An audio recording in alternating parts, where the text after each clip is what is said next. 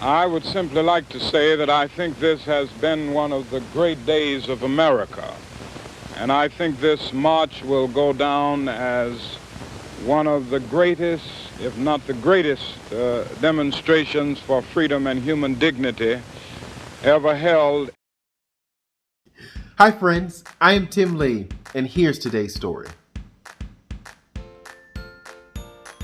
Today's story is about a boy named Tyler.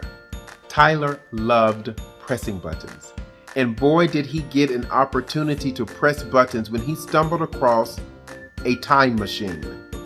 Tyler saw a time machine that was dated August the 27th, 1963.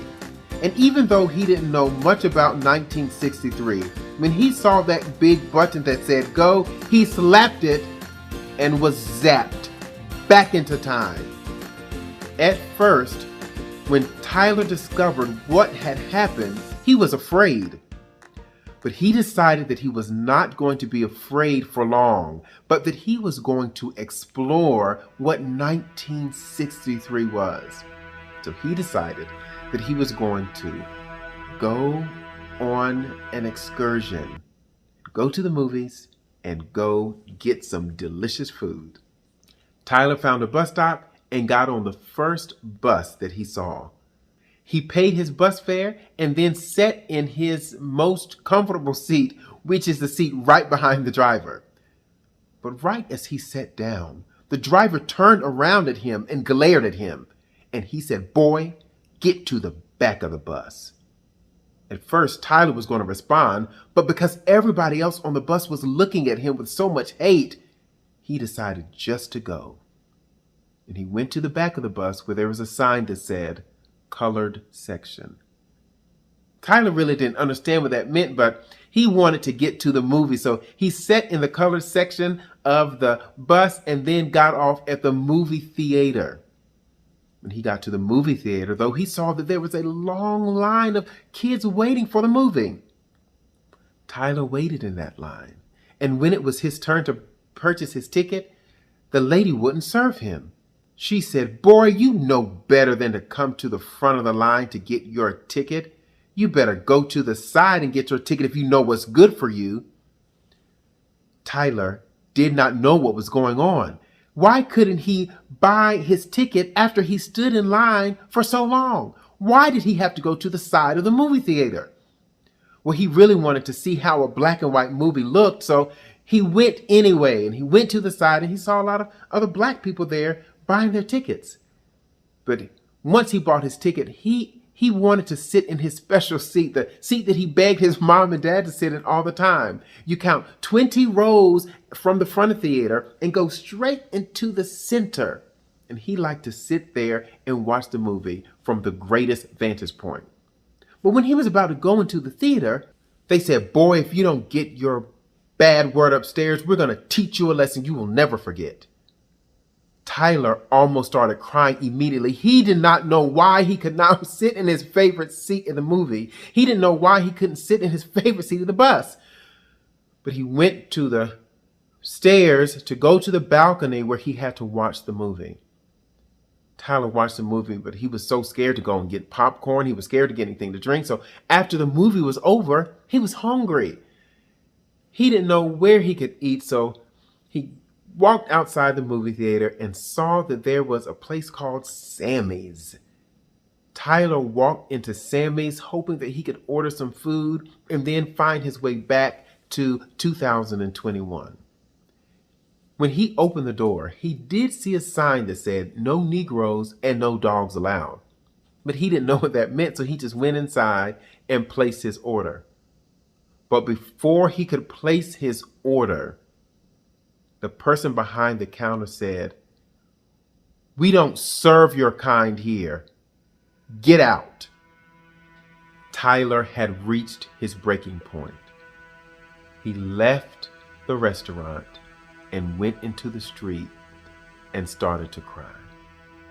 And as Tyler stood outside, someone who reminded him of his grandmother asked him what was wrong. And after Tyler told her what was wrong, she smiled at him and said, "Baby, just wait until tomorrow, because tomorrow there's going to be a demonstration that is going to change everything. Friends, I really hope you enjoyed today's story, and I hope that you learned a lot from it. But before we go, let me tell you just a little bit about what happened on that next day. You see, the next day in history was August 28, 1963. And on this day, people from all across America, from all walks of life, rich and poor, black and white, young and old, hopped on buses and trains and cars and came to the Capitol to peacefully protest, to demonstrate that they were dissatisfied with the way that certain people were being treated in America. They were dissatisfied with inequalities and how people were treated better than others. They were dissatisfied that black people and white people went to different schools. They were dissatisfied that black people and white people could not wait in the same waiting rooms, that they could not drink from the same water fountains, that they could not use the same bathrooms. They couldn't even attend the same churches. They were dissatisfied with the law of the land, which was a law of segregation and separation.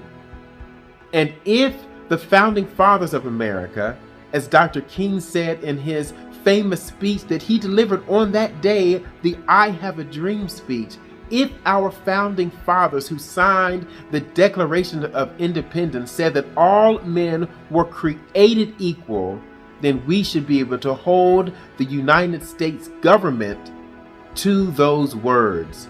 And if we are created equal, then treat us equally. And so this was a day of demonstrations. It was a day of singing. It was a day of learning. It was a day of unity. And on this day, all of the participants and all of the attendees made history. They sang together. They ate together. They held hands together. They prayed together. They applauded together. They marched together. And as a result of their fight, we have a lot of the rights that we enjoy today. But friends, I want to say that the fight is not over. What happened on August the 28th, 1963 was not the end. Just because everyone clapped going away didn't mean that we had the freedoms and the equalities that we were fighting for. In fact, we're still fighting today. And Reverend Jackson has been fighting for 55 years for racial equality, for economic power in the black community, and for peace and freedom. What we need today, my friends, people who heard this story, people who are inspired by what history has taught us, is we need some people who are going to continue in that fight. Join PUSH today and influence your community, influence your neighborhood, influence your family. We need people who are going to keep hope alive, because at the end of the day, that's all we really have. The hope that this American dream that we have been talking about for years and years will become a reality. And together, friends, this can happen. Friends, that's going to be it for me. I hope you enjoyed the story, that you learned from the lesson, and that you will take heed to the appeal. And as Reverend Jackson always says, if your mind can conceive it and your heart can believe it, then you can achieve it. Until next time, I'm Tim Lee.